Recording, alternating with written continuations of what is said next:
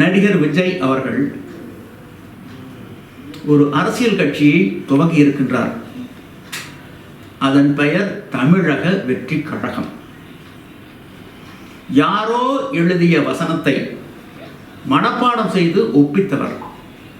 அவர் திரைப்படத்தில் இடது காலை தூக்கினால் 200 பேர் சீமனை பேரல் போல் உருள்கின்றார்கள், வலது காலை தூக்கினால் வந்தவர்களெல்லாம் சரிகின்றார்கள். அவ்வளவு ஆற்றல் மிக்கவர் இருக்க வேண்டிய இடம், தன்னுடைய திறமையை காட்ட வேண்டிய இடம் எங்கே? ஒலிம்பிக் போட்டி, அடுத்து இந்திய சீன எல்லை.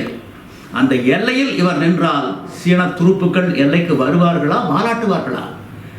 ஆக நடிகர்கள் அரசியலுக்கு வரக்கூடாது என்று நான் சொல்லவில்லை. நடிகர்களுக்கு மட்டுமே தனித்தகுதி மற்றவர்களோட கூடுதலாக இருக்கின்றது என்பதை ஏற்றுக்கொள்ளவும் இயலாது. தங்களை நடிகர்கள் சுய பரிசோதனை செய்து கொள்ள வேண்டும். தமிழக வெற்றி கழகம், கழகம் என்றால் என்ன? இந்த விஜய் அவர்கள் சொல்ல வேண்டும். கழகம் என்றால் சூதாடுகின்ற இடம். சூது என்ற அதிகாரத்தில் 2 குறட்பாக்களில் கழகம் என்ற சொல் எடுத்தாளப்படுகின்றது. கவரும் கழகமும் கையும் தருக்கி இவர் யார் இல்லாகியார், பழகிய செல்வமும் பண்பும் கெடுக்கும் கழகத்து காலை உகின். கழகம்னா சூதாடுகின்ற இடம். ஆக இந்த பொருள் கூட தெரியாது. ஆனால் வள்ளுவருக்கு கோட்டம், வள்ளுவருக்கு சிலை, பேருந்துகளில் வள்ளுவர் படம், திருக்குறள். ஏற்கனவே கலாம் என்றால் கலகம் என்று கலைஞர் அவர்கள் அப்துல் கலாம் அவர்களை விமர்சித்தார்கள்.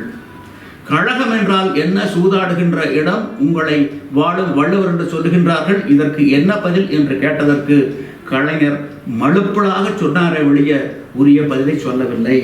ஆகவே விஜய் அவர்கள் அரசியலில் கால் பதித்திருக்கின்றார்கள். கழகம் என்றால் என்ன என்பதை பற்றி விளக்கம் சொல்ல வேண்டும். மேலும் 18 ஆண்டுகளாக நாங்கள் கள்ளுக்காக, கள் விடுதலைக்காக, கள் தடை நீக்கத்திற்காக போராடி வருகின்றோம். அவர் என்ன நிலைப்பாட்டை கொண்டிருக்கின்றார்?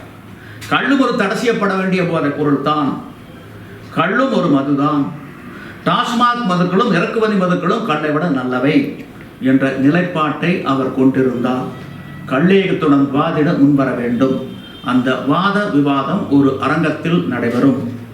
சட்டம் ஒழுங்கு பாதுகாப்பு கருதி பத்திரிகை ஊடக நண்பர்கள் மட்டுமே பார்வையாளர்களாக இருப்பார்கள். நேரடி ஒளிபரப்பும் இருக்கும்.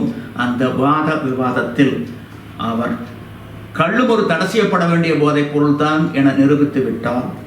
தமிழ்நாடு கள்ளியக்கம் தன்னுடைய நிலைப்பாட்டை மாற்றிக்கொள்ளும். தோல்வியை, தவறை ஒப்புக்கொள்ளும். வெற்றி பெற்ற அவருக்கு 10 கோடி ரூபாய் பரிசும் கொடுக்கும். அவ்வாறு ஒரு சூழல் உருவாகின்ற பொழுது தமிழ்நாட்டு மக்கள் இதயங்களில் அவர் இடம் பிடிப்பார்.